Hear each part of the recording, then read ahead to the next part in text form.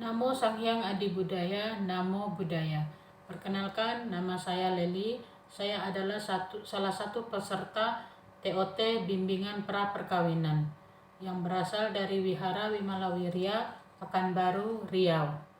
Saya akan menyampaikan modul yang berjudul Merencanakan Perkawinan Kokoh Menuju Keluarga Bahagia dan Sejahtera, Hitaya Sukhaya.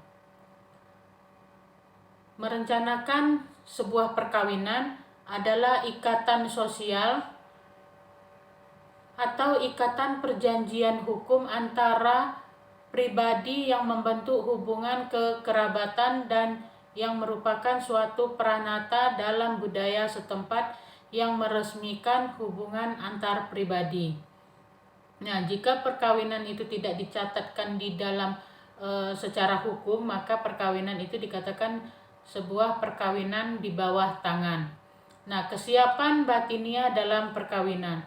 Kita menyadari bahwa kita sadar akan kekurangan dan kelebihan diri sendiri, pasangan, dan keluarga besarnya. Yang kedua, kita tahu perasaan, kebutuhan, dan harapan visi pasangan. Yang ketiga, mau berjuang dan berkomitmen dengan pasangannya. 4. Memiliki kemampuan dalam mengatur emosi, berkomunikasi, berkompromi, bersabar, dan memaafkan. Kesiapan lahiriah dalam perkawinan. Pertama, kesiapan kebutuhan hidup atau kebutuhan ekonomi. Yang kedua, kesiapan kebutuhan biologis suami istri dengan sehat. Yang ketiga, kesiapan untuk mempunyai anak dan mendidiknya. Yang keempat, kesiapan kebutuhan kesehatan. Yang kelima, kesiapan melaksanakan hak dan kewajiban sebagai suami istri. Nah, pengertian jodoh. Hidup bersama-sama di kehidupan lalu karena kebajikan dalam kehidupan kali ini, cinta lahir bagaikan teratai di atas air. Dengan hidup bersama dengan pasangan, dengan pandangan, dengan senyuman, cinta lahir di antara pria dan wanita. Ketika cinta masuk ke dalam pikiran, maka hati menjadi gembira. Perkawinan bukanlah kebetulan. Manusia yang paham dan yakin akan berkata, ia berbahagia denganku di masa lampau. Sejak waktu yang lama dalam berbagai kelahiran, masa yang berulang-ulang. Sebanyak 1000 koti kelahiran, mereka berdua berhubungan bersama-sama sebagai suami dan istri. Sabda Sang Buddha dalam Mahawastu Awadana. Nah, pengertian jodoh. Setiap hubungan merupakan komitmen sepenuh hati untuk saling mendukung dan melindungi satu sama lain. Sang Buddha berkata, jika seorang pria dapat menemukan seorang istri yang cocok dan memahami, dan seorang wanita dapat menemukan seorang suami yang cocok dan memahami, sesungguhnya mereka berdua sangatlah beruntung. Dalam perkawinan harus disadari bahwa dapat muncul berbagai kesulitan dengan suami atau istri, mertua, kerabat, sahabat suami, dan sahabat istri. Sekarang kita masuk ke tahap mengenal pasangan. 3 macam pasangan yang negatif. Yang pertama, seperti pembunuh, wada kasama. Seperti pembunuh adalah jahat pikirannya, kejam, melalaikan suami atau selingkuh, melalaikan istri. Yang kedua, pasangan negatif mirip perampok atau curi sama. Ia adalah mencuri atau menghamburkan pendapatan pasangannya. Yang ketiga, menyerupai penguasa atau tiran, ayah sama. Ia rakus, malas, kasar, dan menekan pasangannya. 4 macam pasangan yang positif. Yang satu, seperti ibu, mata sama, penuh kasih, merawat, dan menjaga pasangannya. Yang kedua, mirip saudara, bagini sama, seperti adik yang menghormati kakaknya.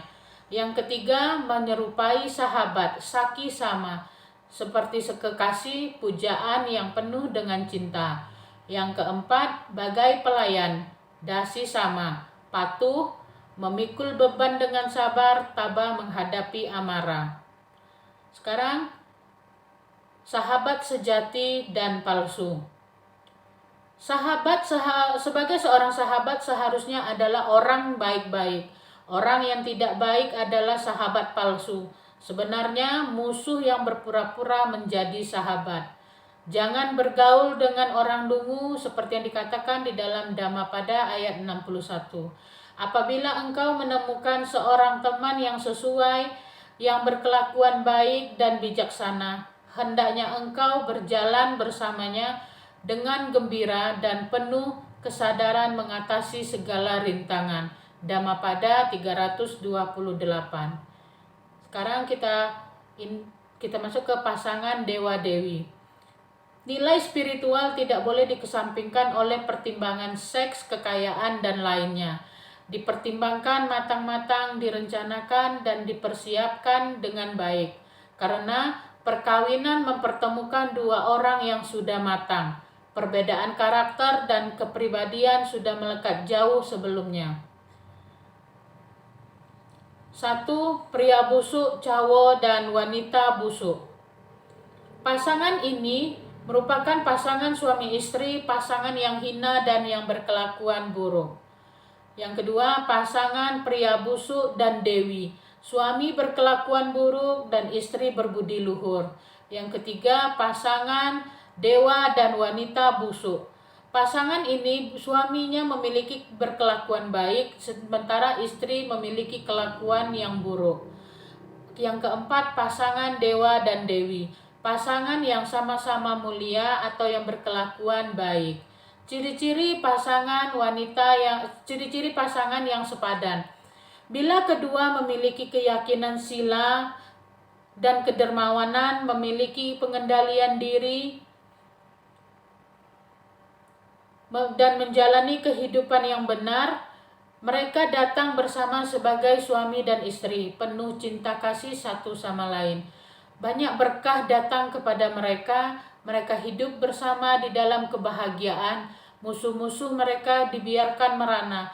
Bila keduanya setara moralitasnya, setelah hidup sesuai dhamma di dunia ini, setara dalam moralitas dan ketaatan, mereka bersukacita di alam dewa. Setelah kematian menikmati kebahagiaan yang melimpah. Pasangan yang tercerahkan. Kehidupan pernikahan dan keluarga bukanlah suatu halangan untuk mencapai pencerahan. Nakula Pita dan Nakula Mata adalah sepasang kekasih yang telah mencapai sotapannya. Wimalakirti yang juga memiliki seorang istri adalah perumah tangga yang bijaksana. Bimbisara berhasil mencapai tingkat kesucian anagami, sedangkan Ratu Waidehi berhasil mencapai pencerahan setelah mendengarkan sabda Sang Buddha tentang Sukawati. Tuan Pang dan istrinya dikenal sebagai praktisi Chan, perumah tangga yang telah mencapai pencerahan. Demikian modul tentang keluarga Hitaya Sukaya atau merencanakan perkawinan yang kokoh berlandaskan Buddha Dharma menuju keluarga bahagia dan sejahtera. Terima kasih. Namo Sang Hyang Adi Budaya. Namo Buddhaya.